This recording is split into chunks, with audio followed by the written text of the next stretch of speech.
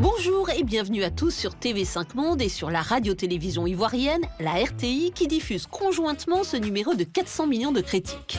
Nous sommes à Abidjan, deuxième plus grande ville francophone au monde, capitale trépidante aux 1000 visages. Du quartier du Plateau, véritable Manhattan africain, aux interminables plages de sable blanc de Grand Bassam, il y a moins de 40 km. Abidjan, c'est aussi la capitale économique de la Côte d'Ivoire, où sont installées les grandes compagnies et les grandes organisations internationales. Si la Côte d'Ivoire a les plus vastes lagunes d'Afrique, celle d'Abidjan est légendaire. Elle lui a même valu d'être longtemps surnommée la perle des lagunes. La commune d'Adjamé, l'une des 10 que comprend Abidjan, est tellement commerçante qu'elle est devenue un gigantesque marché sur plusieurs hectares. Plus au nord, l'une des communes les plus populaires d'Abidjan, Abobo, abrite depuis 2020 le MUCAT. MUCAT pour Musée des cultures contemporaines Adama Toungara, qui est rapidement devenu un véritable pôle d'attraction pour tous les Abidjanais et bien au-delà. Nous nous y sommes installés pour un nouveau numéro de 400 millions de critiques, dont voici le sommaire. Nous nous questionnerons aujourd'hui sur la francophonie et sa puissance culturelle et sociale. Nous parlerons bien sûr de la star mondiale du reggae Alpha Blondy, car ici à Abidjan, nous sommes dans son pays natal. Et en littérature, l'équipe a choisi de vous faire partager son plaisir à la lecture du nouveau Leila Slimani. 400 millions de critiques, c'est tout de suite. Bonjour et bienvenue à Abidjan, au MUCAT, le musée des cultures contemporaines Adama Toungara, où se tient l'exposition Memoria, consacrée à 14 femmes artistes du continent et de la diaspora, dont 6 ivoiriennes. Et pour cette première émission, nous avons une invitée de marque, la nouvelle ministre de la Culture et de la Francophonie, Françoise Remarque. Bonjour. Bonjour Denise. Bonjour Madame la Ministre. Vous avez pris vos fonctions il y a quelques jours seulement, mais vous venez du monde des médias. Est-ce que vous avez déjà une vision de ce que vous voulez faire pour la culture de Côte d'Ivoire? Tout d'abord, je tiens à vous souhaiter le traditionnel Akwaba. Akwaba, c'est bienvenue en Côte d'Ivoire. J'ai la chance de recevoir un magnifique portefeuille, la culture et la francophonie, et je bénéficie surtout de l'apport de tous les ministres qui ont, et de la vision des gouvernements successifs, puisque la culture a toujours été au centre de la vision de nos États. Nous nous inscrivons aujourd'hui dans le cadre du plan national de développement du président de la République, qui souhaite que tous les secteurs aient un volet autour de l'industrialisation. Donc il s'agira de renforcer le volet économique afin que le poids de la culture dans les 10 années à venir puisse doubler et afin de consolider toutes les filières structurantes sur le monde des industries créatives et culturelles. Alors, je ne vous ai pas présenté, évidemment, puisque nous réalisons cette émission avec le concours de la radio-télévision ivoirienne. Donc, Eva Amani, chroniqueuse de la RTI, Bonjour, Michel Serruti de la radio-télévision suisse, Sylvestre de Fontaine de la RTBF, la radio-télévision belge francophone. Très important. Bonjour Madame la Ministre. Voilà, qui va vous interroger. En Belgique francophone, on connaît beaucoup d'artistes ivoiriens. Manu Dibango, Alpha Blondy, Tiken Jah Fakoly, qui jouent très souvent en Belgique. Est-ce que vous connaissez des acteurs culturels de ce qu'on appelle la Fédération Wallonie-Bruxelles, donc de la Belgique francophone? Alors, je connaissais peut-être Morane, mais bon, oui, ça bien date. sûr, évidemment. Non. Ça date. Il y a Angèle, Stromae. Angèle, bien sûr. Angèle Stromae, qui est venue ici, en Côte d'Ivoire, dans le cadre de sa tournée africaine. Mais je rêve d'en savoir plus. En fait, ce qui est très intéressant chez nous, c'est que la plupart des artistes qui sont des artistes jeunes et émergents en Belgique francophone notamment, ont des racines et ont des parents ou des grands-parents qui viennent du continent africain. Et donc, nous, on se rend compte très, très fort en Belgique de cette mouvance et de ce croisement, de ces mélanges. Et je me dis, j'appelle de mes voeux que ces artistes puissent venir jouer, par exemple, en Côte d'Ivoire ou dans d'autres pays d'Afrique francophone ou anglophone, et parce que je pense qu'il y a vraiment quelque chose effectivement à faire de cette double culture et de ce pied dans un des continents et ce pied dans l'autre des continents. Oui, ça sera tout l'intérêt d'ailleurs de mettre en place une politique de coopération culturelle avec des échanges. Alors des échanges évidemment en Côte d'Ivoire, bien sûr, mais des échanges aussi de nos artistes dans la zone francophone. Je pense on a beaucoup à s'apporter et de cette diversité culturelle. Madame la ministre, la culture, c'est plusieurs arts à la fois. Est-ce qu'il y a pour vous un art majeur? Je ne dirais pas un art majeur, mais ce que je constate, c'est qu'on voit aujourd'hui émerger et rayonner des artistes peintres. Je pourrais citer Aboudia, qui a été formé à l'INSA, qui est actuellement présent dans le pavillon à la Biennale de Venise, qui aujourd'hui est un des artistes les plus cotés. Je pourrais citer Johanna Choumani, parce que c'est une artiste engagée dans des thématiques autour de la durabilité. Il y a évidemment, sur cette expression culturelle, un véritable rayonnement de nos artistes. Et je m'en réjouis d'autant plus que cette politique est aussi très attentivement suivie par la Première Dame, qui est vraiment l'une de nos ambassadrices et qui donne tous les moyens pour que ces artistes puissent s'exprimer, non seulement en Côte d'Ivoire, dans la sous-région, mais surtout dans l'espace francophone et dans le monde. Madame la ministre, vous expliquiez tout à l'heure votre volonté de mettre en place des synergies, de la coopération culturelle, peut-être aussi avec des institutions suisses. Est-ce que vous avez déjà idée de ce que vous souhaitez peut-être recevoir et surtout ce que vous souhaitez peut-être partager avec d'autres pays? Aujourd'hui, il existe une infrastructure assez considérable. Notamment, nous avons un musée des costumes qui a aujourd'hui une coopération avec l'ambassade des États-Unis et particulièrement sur la valorisation du pagne tissé. Donc, je souhaiterais que ce genre d'initiative soit déployé dans tous les espaces et je serais ravie que ça soit avec la Suisse. Nous avons aujourd'hui un musée de civilisation. Nous avons aujourd'hui aussi de la coopération avec le musée du Quai Branly. Vous savez très bien qu'aujourd'hui, les États africains sont tous impliqués dans ce travail de retour des œuvres culturelles. Je suis totalement convaincue que la richesse de notre développement culturel doit se faire évidemment en coopération avec toutes les bonnes volontés. Évidemment, ce travail de recherche, de coopération, que ce soit effectivement avec des États ou avec des fondations, fera partie d'une de mes priorités. Madame la ministre, on le sait, les médias sont un vecteur indispensable de diffusion de la culture. Est-ce qu'on pourra compter sur vous pour impulser et encourager davantage d'émissions culturelles à la télévision comme à la radio? Alors, je dirais que je compterai plutôt sur vous. Je vous renverserai la question. Elle présente déjà un magazine littéraire. Exactement. Bonne réponse, madame la ministre. Bonne réponse. Absolument. Alors, ce qui est intéressant, c'est qu'aujourd'hui, il existe des organisations, des fêtières de journalistes culturels. Je sais, pour l'avoir pratiqué, que malheureusement, ces journalistes souhaiteraient être mieux valorisés. Et ça sera tout le travail que nous serons amenés à réaliser ensemble. Mais je me tiendrai évidemment à votre disposition, à la disposition de ces journalistes pour encourager et pour les accompagner dans ce travail extrêmement respectable de diffusion et d'appropriation de cette culture auprès de nos jeunes en particulier. Madame la ministre, au Festival de Cannes, il y a quelques années, l'un de vos prédécesseurs, Maurice Bandaman, avait évoqué la création à Abidjan d'un festival de cinéma. Alors, bien sûr, depuis, il y a eu la pandémie, le monde s'est arrêté. Est-ce que c'est un projet que vous allez poursuivre? Alors, je salue effectivement cette initiative et cette vision autour du cinéma ivoirien, qu'on sait extrêmement vigoureux. Il faut savoir qu'en 1974, il y avait déjà 23 salles de cinéma en Côte d'Ivoire, dont 9 à Adjamé. Donc le cinéma a toujours occupé une place importante en Côte d'Ivoire et il est fondamental de continuer d'accompagner cette vision.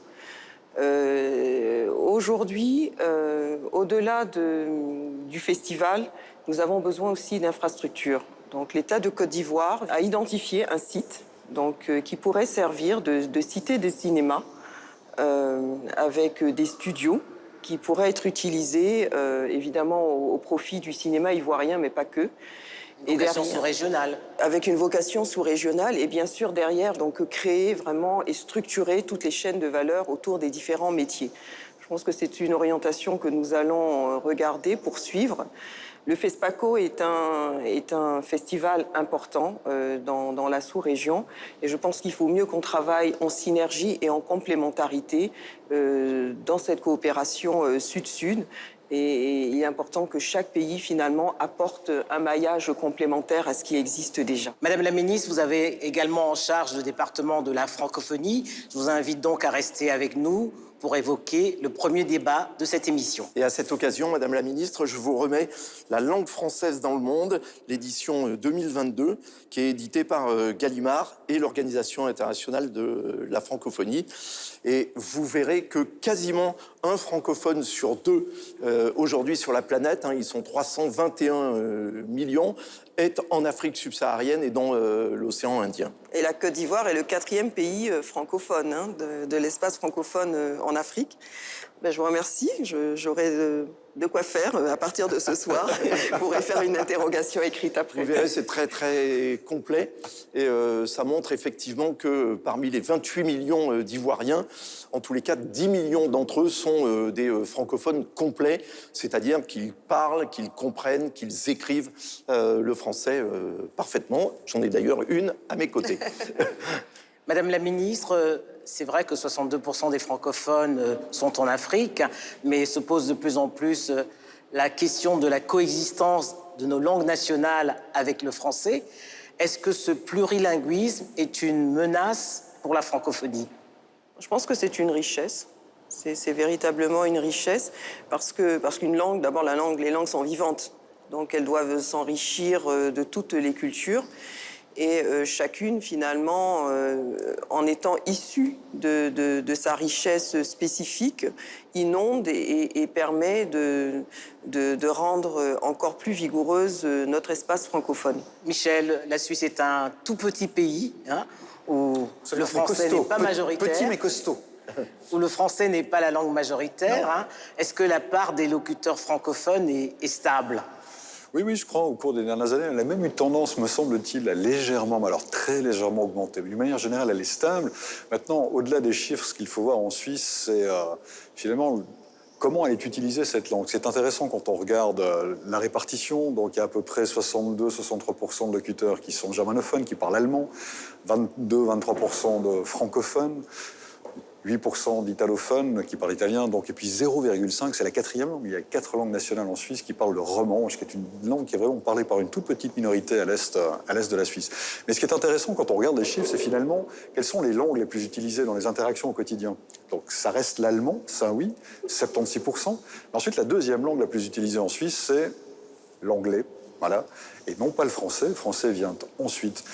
Donc le danger pour la Suisse, c'est pas tellement que le français continue d'exister, parce que tant que la population est là, ce qui est le cas, elle va continuer d'être pérenne, mais c'est finalement l'utilisation qu'on va en faire à l'intérieur du pays. Et c'est vrai que l'anglais, aujourd'hui, est une réelle menace, parce que finalement, les Suisses l'utilisent entre germanophones et francophones, des fois pour parler, quand les uns et les autres ne connaissent pas la langue de l'autre. Il y a aussi quelque chose de très pernicieux, c'est comme la Suisse a 4 langues nationales, je le disais, quand il y a une campagne publicitaire dans le pays, ils la font maintenant en anglais, comme ça ils n'ont pas besoin de l'imprimer 3 fois ou 4 fois dans les différentes langues. Donc il y a une anglicisation, on va dire, rampante ou importante de la société qui se met en place, et dans ce sens-là, ça ne met pas en danger le français en soi, ça ne met pas en danger l'allemand en soi, mais ça ne renforce pas l'un ou l'autre, l'une ou l'autre de ces langues. Michel, la Suisse est une confédération, ce qui n'est pas le cas de la Belgique. Non. Voilà, qui est une fédération. Et un royaume. Et un royaume. Et un royaume, par ailleurs. Mais évidemment, le français est capital pour les francophones de Belgique, mais il est devenu minoritaire depuis un certain nombre d'années par rapport au flamand, qui est une variante du néerlandais. Alors, là, il y a une bagarre de chiffres, comme souvent. Alors, mais les 2 langues sont d'enseignement obligatoire. Oui, tout à fait. Tout à fait. Alors, il y a une bagarre de chiffres qui est née d'une abolition le recensement linguistique est interdit en Belgique depuis 1961. Ça veut dire qu'on ne peut pas juger, estimer, interroger les gens sur leur langue, mais on sait que globalement, si on prend le pays et le nombre d'habitants, on considère que la plupart des Flamands parlent flamand et la plupart des Wallons parlent français. C'est intéressant. Donc le problème, c'est les Bruxellois. Et les Bruxellois, il y a à peu près 85% des Bruxellois qui parlent français, même si c'est un territoire flamand. C'est là où ça finit par être compliqué.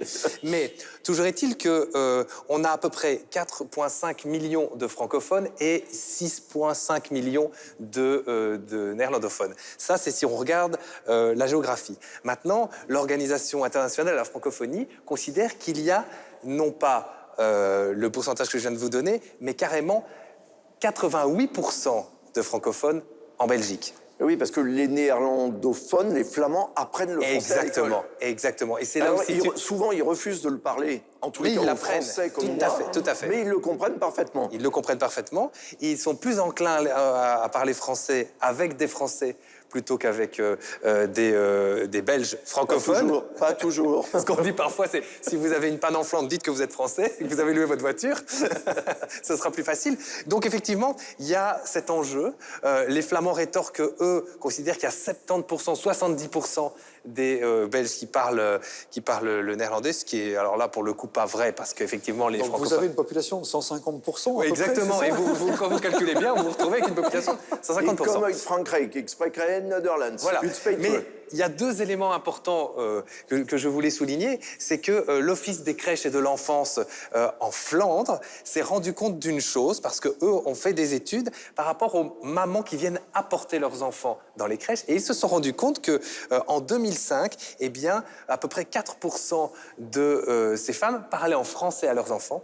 Et qu'aujourd'hui, on en est à 6,5%. Ça veut donc dire qu'il y a de plus en plus de mamans qui parlent français, qui mettent leurs enfants dans des crèches en Flandre. Ça veut pouvoir dire autre chose. Ça veut dire aussi qu'elles ont une démographie plus importante. Exactement. Ou que ce sont des populations qui parlaient français et qui ont émigré vers le territoire flamand. Et donc, évidemment, c'est un vrai enjeu pour la Flandre parce que contrairement aux francophones, les francophones sont adossés à un grand pays qui est la France, avec une vraie force de frappe en termes culturels. Les Flamands, ce n'est pas le cas. Ils ont une langue excessivement minoritaire parlée par les Néerlandais et un tout petit peu en Afrique du Sud, même si c'était une version différente. Donc pour eux, il y a un vrai enjeu de grignotage. C'est la raison pour laquelle ils ne reconnaissent pas les francophones de Flandre comme étant une minorité. Même si l'Europe leur impose, eux considèrent que les francophones de Flandre ne sont pas une minorité. Et là, encore une fois, il y a un vrai enjeu au niveau planétaire et au niveau européen. Regardez les amis, comment Denise Epoté est en train de se planquer. Car elle ne veut pas que je lui pose la question de la francophonie au Cameroun. Elle ne se pose pas, Yves, parce que le Cameroun est un pays bilingue. Français, la langue française est une langue nationale, mais l'anglais également. Donc, et ce n'est pas seulement le cas du Cameroun, on le voit au Rwanda, mais récemment encore, le Gabon, qui a marqué son adhésion au Commonwealth. Et puis, il y a d'autres pays. Donc, pour moi, c'est une richesse d'avoir plusieurs langues. Mais au Cameroun, il y a en ce moment un conflit entre les francophones et les anglophones. Mais oui, mais ça aussi, c'est l'héritage de l'histoire. Parce que le Cameroun, l'ex-Cameroun oriental, a été sous domination anglaise. Donc, c'est normal que 20% de Camerounais soient de culture anglophone. Alors, moi, je veux revenir à Madame la ministre, le Nouchi, qui est cet argot ivoirien dans lequel il n'existe pas d'article et qui est très imagé. Ça doit être aujourd'hui un objet de fierté nationale, puisqu'on a vu que quelques mots du Nouchi font partie du dictionnaire des francophones. Je prends une expression qui revient beaucoup et que tous les ambianceurs de ce monde, dont Michel... Évidemment. emploie souvent, c'est enjaillé. Enjaillé, Boucantier aussi, qui est rentré dans le Larousse. Et par contre, Denise, il existe des articles dans le Nouchi. On dit le Mogo. le mogo. Mais c'est assez rare, hein, généralement. Oui, mais c'est tout l'intérêt de cette langue, en fait, qui s'enrichit finalement de toutes les expressions. Donc c'est vrai que c'est une langue qui, au début, avait été un peu marginalisée parce qu'on pensait qu'elle concernait un peu les laissés pour compte, mais en réalité, on a une chanteuse qui s'appelle Nash, qui est assez connue et qui dit que le nushi, c'est notre créole, en fait. C'est vraiment une appropriation de la force de ce que fait la Côte d'Ivoire.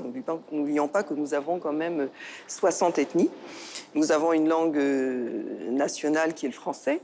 Et ces jeunes, parce qu'ils étaient confrontés parfois à certaines situations et qu'on imaginait parfois dans la détresse, ont inventé un langage qui porte aussi la force de notre expression, la force de notre richesse. Et la preuve, c'est qu'aujourd'hui, on se l'approprie, on parle. Et ce qui est intéressant, c'est qu'elle s'enrichit de tout. Donc, enjailler, ça vient du mot enjoy. Donc, ça peut venir effectivement du côté anglophone. Et comme ça peut venir aussi de l'expression d'une région ethnique qu'on rajoute avec une autre région ethnique. Et donc, on a commencé à créer notre propre expression qui est extrêmement riche, avec beaucoup d'images, et finalement qui puise sa force dans ce qui fait la singularité de la Côte d'Ivoire. Et d'ailleurs, on parle du nushi, mais en parlant justement de cet apport de l'expression culturelle, on peut parler aussi du zouglou, cette musique urbaine qui aujourd'hui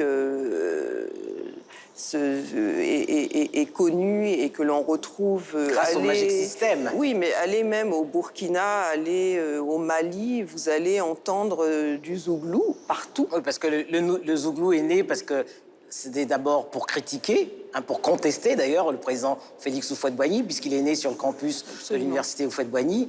Donc c'est des paroles satiriques et contestataires. Madame la ministre, aujourd'hui, nos langues nationales se perdent de plus en plus, et ce pour plusieurs raisons, notamment l'urbanisation, tout simplement. On se déplace d'une région à une autre, on ne parle pas forcément notre langue d'origine. Il y a également les mariages mixtes qui font que la langue n'est pas parlée par le couple. Donc du coup, l'enfant ne l'entend pas, ne la comprend pas.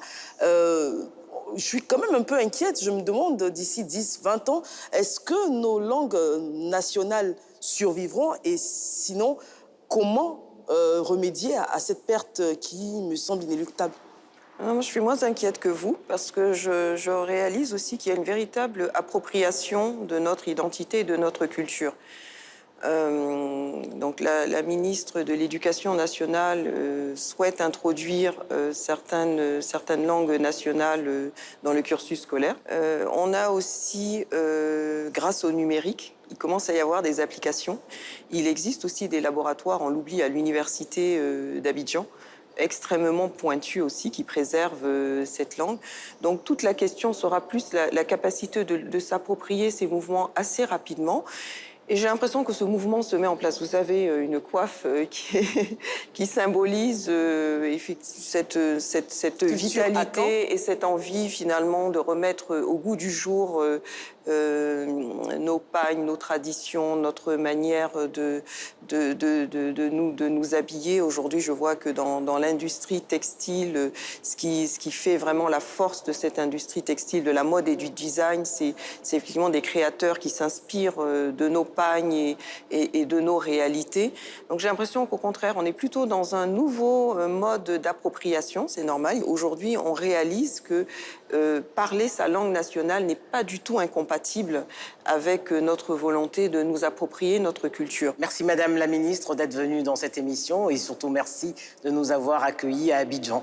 Merci à vous. Et maintenant, après une ministre, nous allons parler d'un prophète et du nouvel album d'Alpha Blondy, Eternity, avec son nouvel hymne, Pompier Pyromane. Tu parles de la crise, mais c'est pas la crise. Tu bombardes les mosquées, tu bombardes les églises. Les mosquées volent au secours des églises. Oh, les églises volent au secours des mosquées.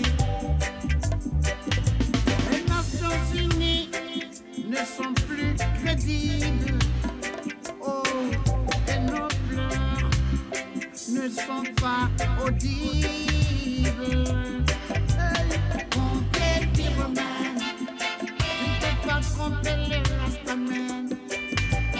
Pompier pyromane, tu ne peux pas tromper les rastaman. Pompier pyromane, tu n'es qu'un black heart menacé. Pompier pyromane, tu n'es qu'un evil man menacé.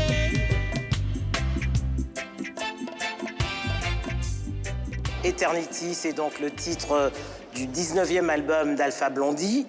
Que pouvez-vous nous dire, Yves, sur Alpha Blondy, de son vrai nom Seydou Koné? Vous le connaissez, je crois, depuis les années 80. Oui, j'ai rencontré Alpha en 1984, quand il venait pour la première fois à Paris pour présenter Cocody Rock, donc son premier album à paraître en France. Il était venu dans mon émission La Nuit sur Europe 1, et je me souviens qu'il m'avait parlé pendant très très longtemps d'Astérix et de Tintin. Donc Astérix, Tintin, Cocody Rock, Bob Marley, le reggae. J'avais compris tout de suite que j'avais affaire à un drôle d'oiseau, un drôle de personnage. Et on ne s'est évidemment jamais perdu de vue, hein, même si on n'est pas toujours au même endroit sur la planète, Denise, et puis vous le connaissez bien également, et à TV5 Monde, on le voit très souvent. Et c'est vraiment un artiste formidable, parce que le reggae, on pourrait dire qu'au-delà de Bob Marley, Peter Tosh, Bunny Wailer, Burning Spear, c'est une musique qui ne se renouvelle pas tellement. Mais justement, Alpha réussit à se renouveler à chaque fois, d'album en album. Alors non seulement musicalement, parce que c'est un fan de rock. D'ailleurs, à ses débuts, il se faisait appeler Elvis Blondy. Il était fan de Johnny Hallyday aussi, jusqu'au jour où il a découvert qu'en fait Johnny ne faisait que traduire en français des chansons qui avaient été créées par Chuck Berry, Little Richard, Fats Domino, Eddie Cochran, Gene Vincent, etc.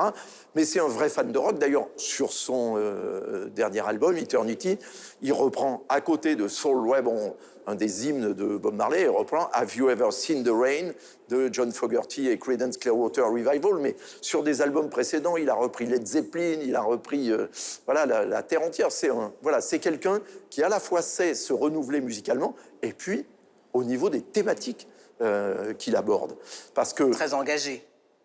non seulement très engagé, il est à la fois engagé spirituellement, un peu comme se doit un rastaman, Bien sûr, voilà, d'une bien part. sûr. Politiquement aussi, et puis il est vraiment gonflé. C'est-à-dire, c'est un vrai protest singer à l'américaine, parce qu'il a des chansons qui peuvent d'ailleurs lui valoir des ennuis très importants. On ne souhaite pas que ça lui arrive, mais Il a peur de personne, Alpha. Voilà, donc c'est un vrai artiste, et il est en fait bien plus qu'un reggaeman. Eva, en Côte d'Ivoire, pour les Ivoiriens, Alpha Blondy, c'est la première star nationale à avoir connu un succès planétaire avec Brigadier Sabari, mais il est aussi plus que cela. Exactement. Alors, c'est le premier artiste ivoirien à avoir porté haut le drapeau de la Côte d'Ivoire sur des scènes internationales à l'autre bout du monde, en Nouvelle-Calédonie, en Australie, etc. C'est un artiste qui est aujourd'hui une icône. On l'appelle affectueusement ici le Koro, qui veut dire le grand frère, parce que les gens l'ont vu grandir. Il est né sur scène lors d'une émission télévisée au début des années 80. L'émission s'appelait Première Chance, où il venait tenter sa chance comme tout artiste en herbe. Et puis le succès est parti de là. Donc les plus âgés l'ont suivi. C'est un petit frère pour eux. Pour les plus jeunes, donc c'est un grand frère avec Il les a inspirés, notamment le chanteur dont parlait Sylvestre, Tikenja Fakoly. Tikenja, tout à fait. Donc, en fait, c'est un artiste avec lequel les Ivoiriens ont grandi. Et Yves le disait bien justement, il s'est renouvelé au fil des années. Donc, il est resté toujours aussi populaire. Et Alpha, il a également son franc-parler. C'est l'un des rares artistes ivoiriens qui peut se permettre de tout dire et à qui on ne tient pas rigueur finalement. Donc il n'a pas sa langue dans sa poche, il prend régulièrement position sur des sujets sensibles, sur des sujets politiques, sur des sujets sociétaux. Et même parfois la religion. Hein. Sur la religion également, il ne se bride pas, il dit tout haut ce qu'il pense, peu importe ce que les autres en diront. En tout cas, c'est un artiste qui assume, qui s'assume et qui finalement est tellement vrai qu'on ne peut que l'aimer. Comme on dit ici en Côte d'Ivoire, il y a une très belle expression, on dit « il n'a pas son deux », c'est-à-dire qu'il est unique. Voilà, il est unique. C'est vraiment Alpha Blondy, il est vraiment unique. L'évocation de son nom suscite de l'affection, suscite du respect, suscite franchement une très grande estime dans le cœur de tous les Ivoiriens. Et je pense que je ne dirais pas un mensonge en disant que tous les Ivoiriens de tous les âges ont déjà au moins écouté une chanson d'Alpha Blondy. Et pas seulement les Ivoiriens. Ce qui est le cas des Belges francophones aussi, en fait. Pas seulement les Ivoiriens. Ah oui. Est-ce pour vous un bon cru, cet album d'Alpha Blondy, Michel?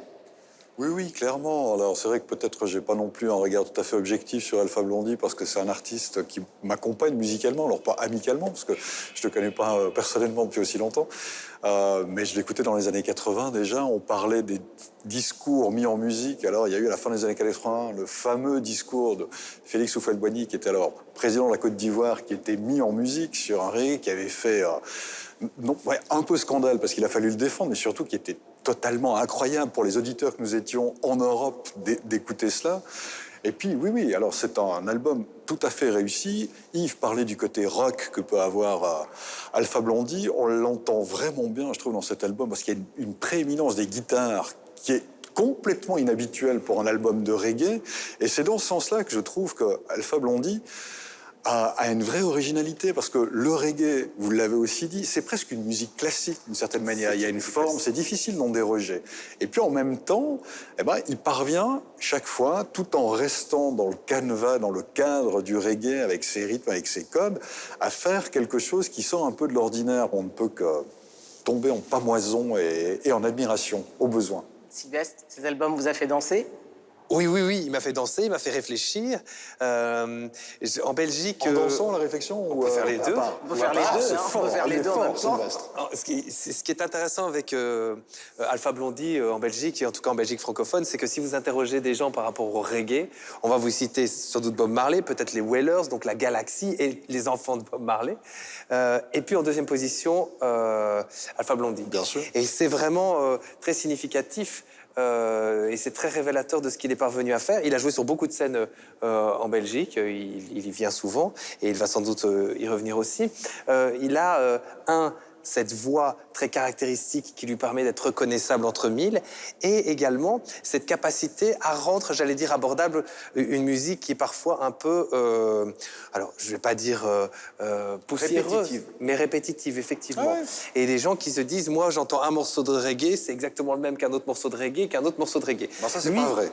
Non, mais c'est ce que disent généralement les gens qui ne sont pas habitués, même à la musique classique, ou je le dis parfois, au métal. C'est exactement la même chose. Pour moi, le métal et la musique classique, quand on ne la connaît pas, c'est exactement pareil. C'est du bruit d'un côté et c'est uniquement une sonorité de l'autre. Et donc, il a eu cette intelligence d'y ajouter effectivement des éléments qui permettaient d'accrocher les gens avec des morceaux qui sont devenus des morceaux de pop musique, de reggae pop musique. Et c'est ça qui est très fort. C'est aussi Sylvestre parce qu'il s'attaque à des thèmes tout à fait. Aussi très particuliers dans cet album.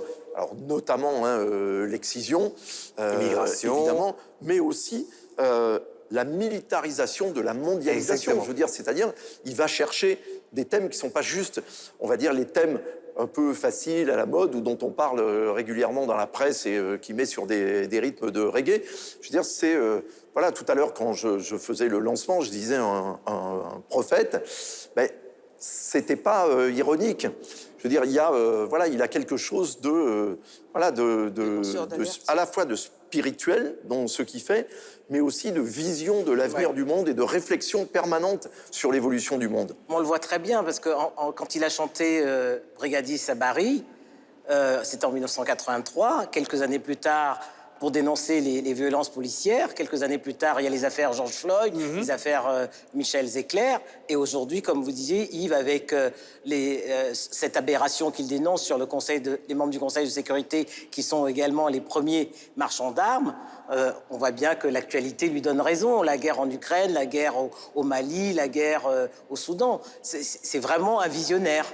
Bien sûr, il parle des immigrés, il aborde beaucoup de thèmes de société, et j'imagine de thèmes de la société ivoirienne également. Également. Avec Bintou, la chanson Bintou, Bintou, oui, exactement. Le fait qu'il chante également en malinké, évidemment en anglais, you know, en français aussi. Ces thèmes sont toujours très concernants et puis ce qui fait qu'on se sent tout de suite proche, on se reconnaît dans ces différents textes. Il n'est pas moralisateur. Vraiment. Enfin, on pourrait penser comme ça quand on entend ce qui est dit sur lui, si on ne le connaît pas, qu'il y a une dimension politique qui est presque de l'ordre de la moralisation, mais pas du tout. Quand il chante ou quand il parle, c'est vrai que c'est un conteur formidable qui est capable de vous embarquer dans une histoire et puis de la rendre aisément accessible. Il est en chanson ou en parole d'ailleurs. Il a cette force. Ce qui est fort aussi pour moi, c'est qu'il a une vision globale et une vision locale, c'est-à-dire qu'il s'attaque à des grands sujets de société en interpellant les puissants. Et puis derrière, il parle aussi aux gens qui vivent autour de lui en leur parlant d'excision, en leur parlant d'immigration, en leur disant n'allez pas là-bas, donc il s'adresse directement à eux. Et donc il a cette vision micro et macro-sociale qui est assez forte parce qu'effectivement, ce faisant, il parvient à toucher des publics très proches de lui et qui font effectivement son quotidien et même d'un public sur le continent africain. Et puis, il parvient à toucher le reste du monde en s'attaquant à des sujets de société beaucoup plus globaux. Et ça, c'est très fort, je trouve. Alors, parce que nous avons tous aimé ce dernier album d'Alpha Blondy, Eternity, je vous propose d'en écouter un autre extrait.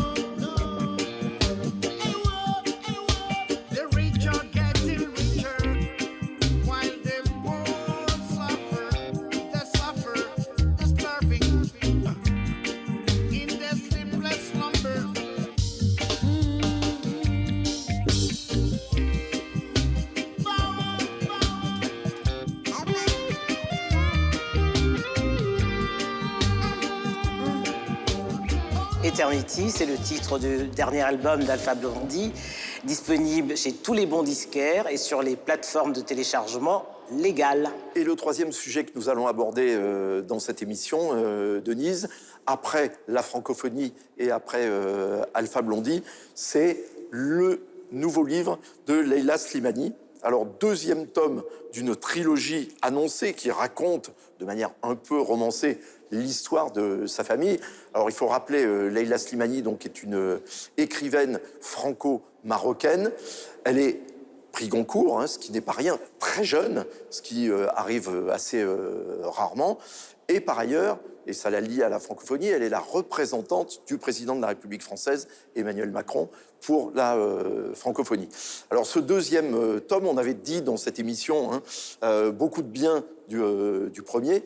Celui-ci, Regardez-nous danser, se projette plus loin dans l'histoire du Maroc et de cette famille, puisque on débute en 1968, donc pas n'importe quelle année, évidemment, dans l'histoire de la France, mais aussi du royaume du Maroc. Donc c'est Hassan II qui est au pouvoir. Le Maroc est devenu indépendant. Et on suit donc les aventures de tous les personnages qu'on a suivis déjà dans le premier opus. Mais je dirais que l'histoire, d'une certaine façon, s'accélère. Comme le temps de la vie moderne s'accélère, et on va jusqu'à un moment à Essaouira rencontrer Jimi Hendrix, qui effectivement était venu à Essaouira en 1968. Mais donc c'est tout à fait passionnant. Et je crois que, surtout maintenant, on attend avec impatience le volume 3 pour l'année prochaine. Sylvestre, vous avez lu Regardez-nous danser. Qu'est-ce que vous en avez pensé ?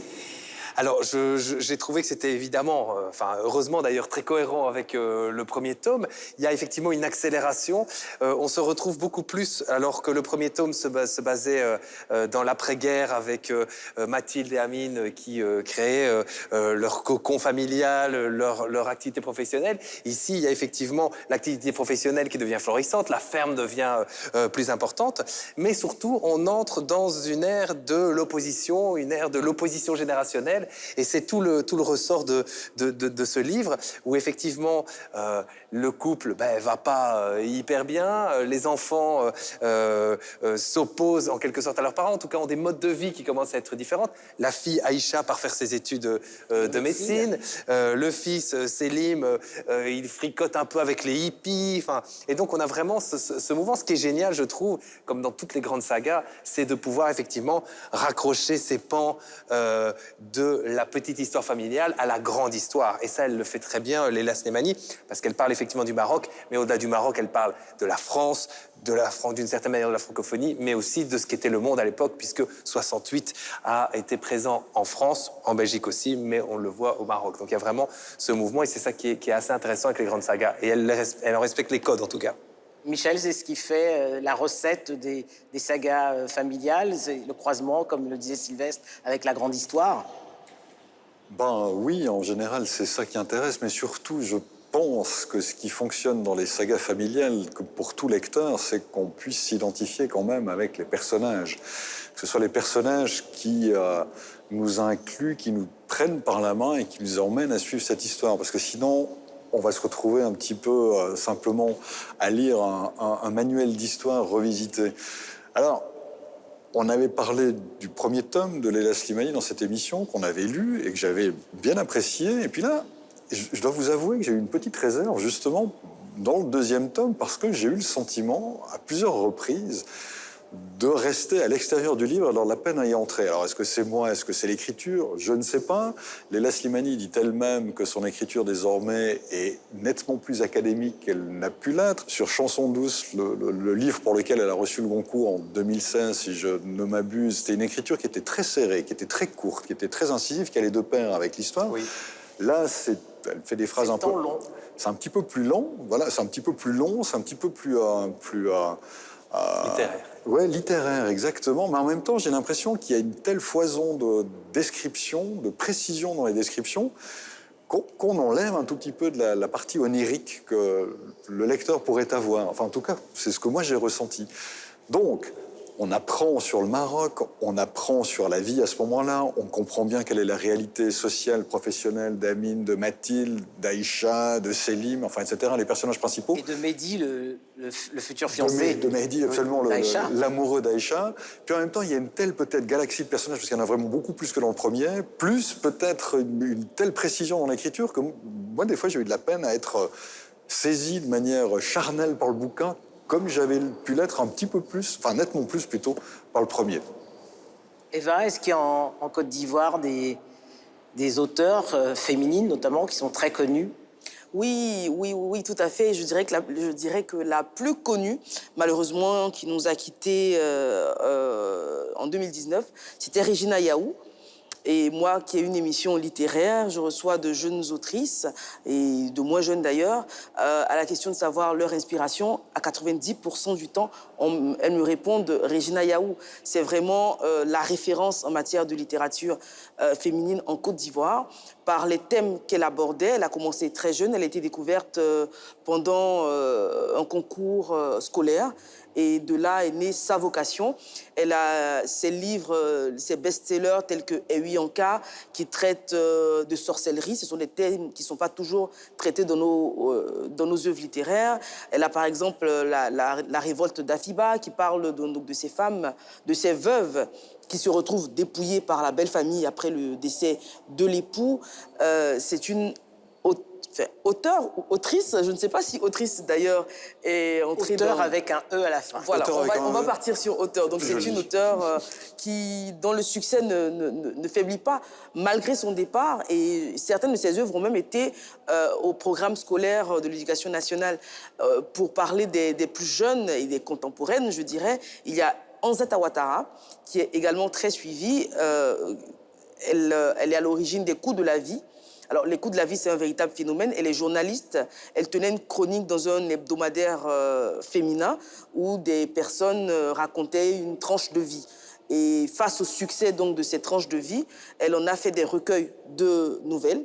Elle est à son 7e recueil. Et face au succès donc, des recueils, les histoires ont été portées sur le petit écran et ont débouché sur une série télévisée également à grand succès. Donc si je devais n'en citer que 2, je citerais bien sûr la pionnière Regina Yaou et puis Anseta Ouattara. Sylvestre, faut-il recommander ces 2 tomes, Le pays des autres et Regardez-nous danser, à ceux qui nous regardent? Soyez francs. Ah ben...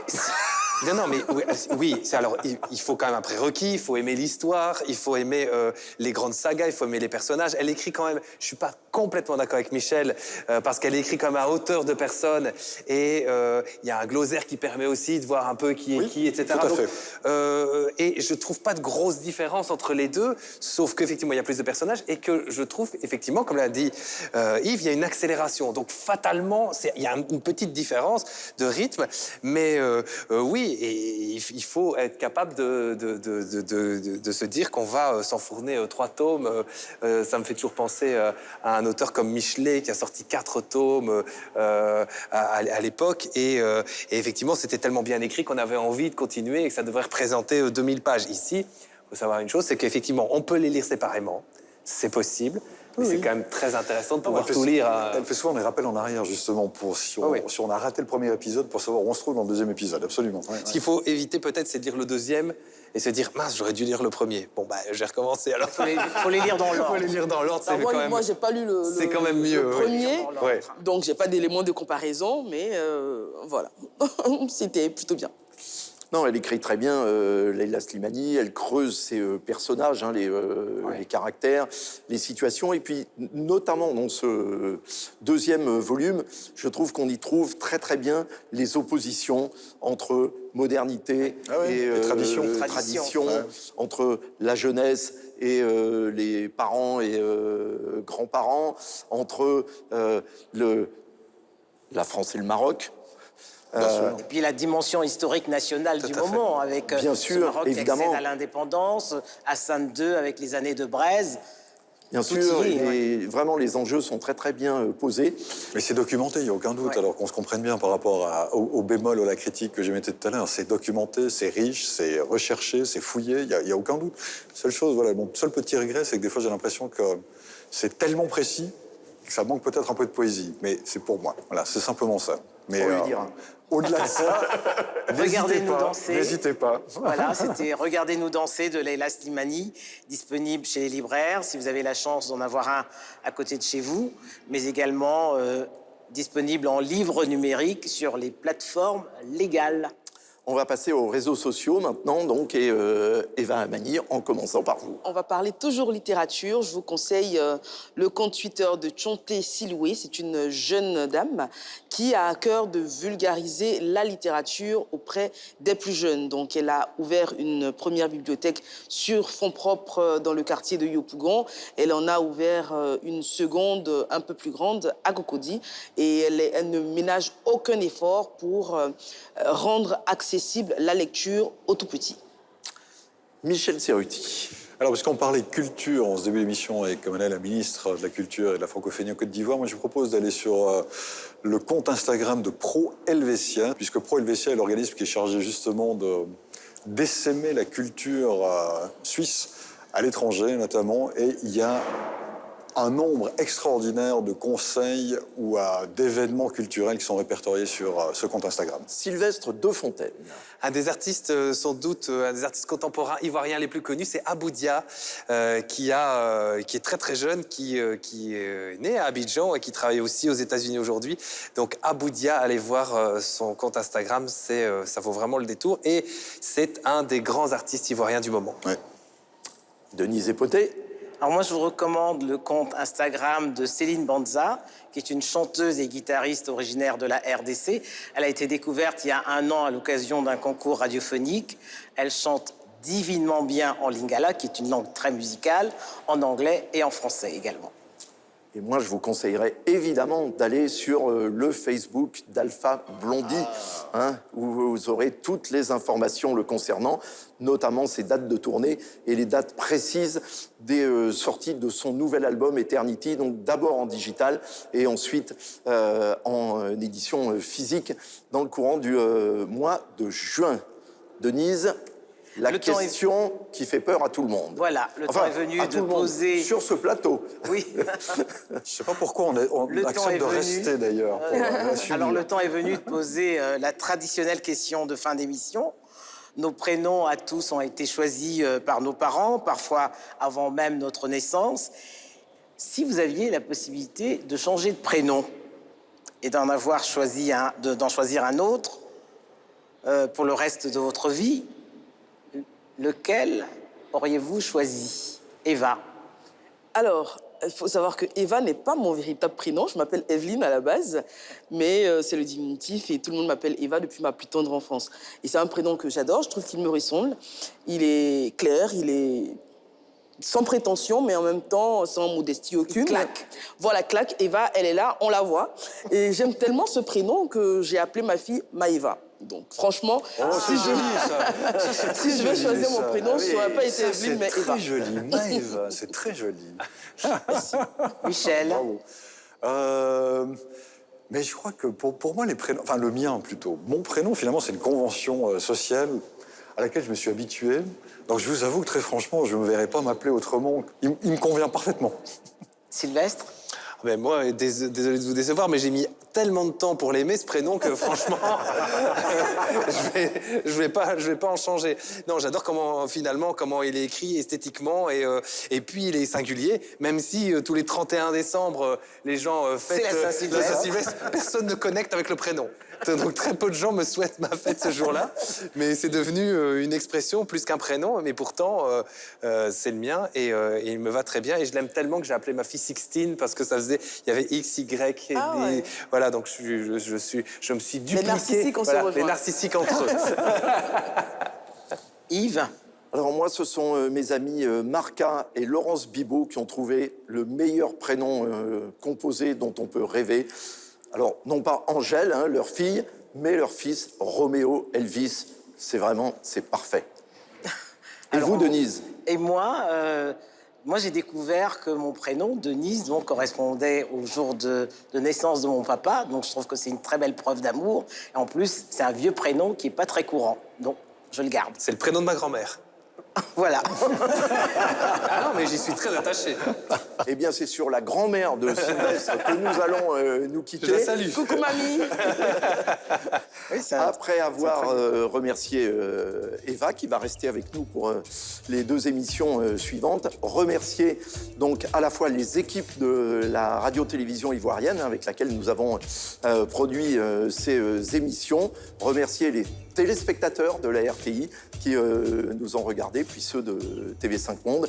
Et on vous donne rendez-vous la semaine prochaine, toujours ici au MUCAT à Abobo. Bye, ciao.